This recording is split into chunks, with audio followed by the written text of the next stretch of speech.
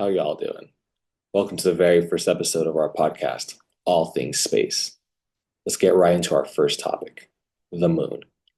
Whenever we talk about exploring, we always think of Mars or Kepler being where we're going to go to create our first settlement.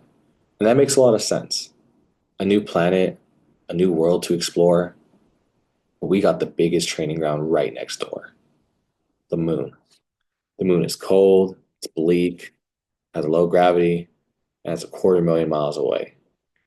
It has terrible conditions that we have to adapt to.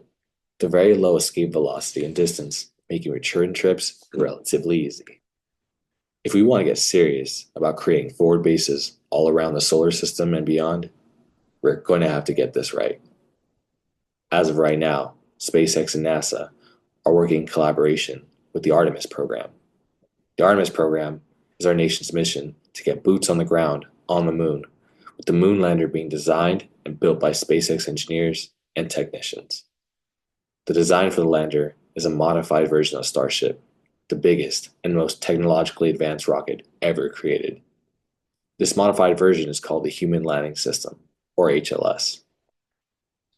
The great thing about Starship is it is reusable. Before SpaceX, each rocket was a one-time use.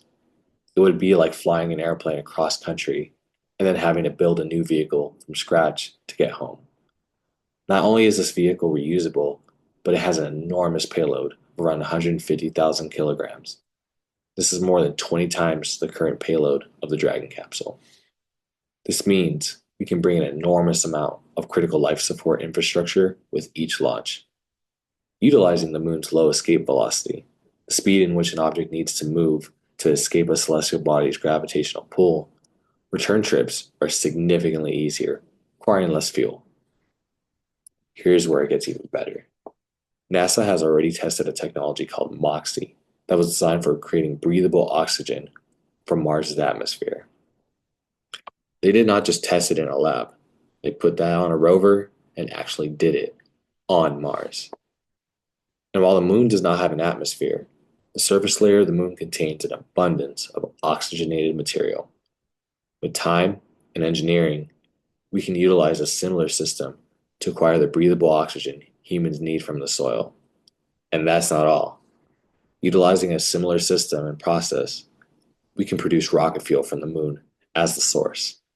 What this means is, with the correct infrastructure, we can create a self-sustaining colony.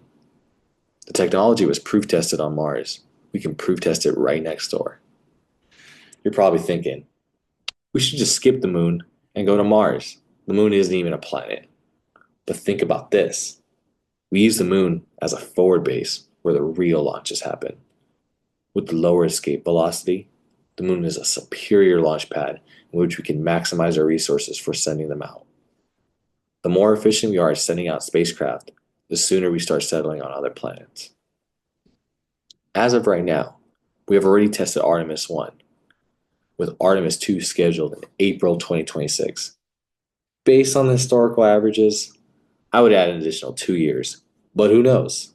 It may be as early as next year where we're going to start sending out the crew for the moon mission.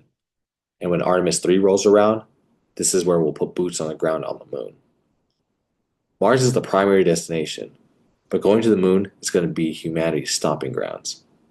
This is where we're going to develop our technology, make our mistakes, and encounter problems we have never even thought of. It's going to be an amazing mission with SpaceX and NASA combined. Thank you for tuning in to All Things Space. My name is Edmond Emami. Good night.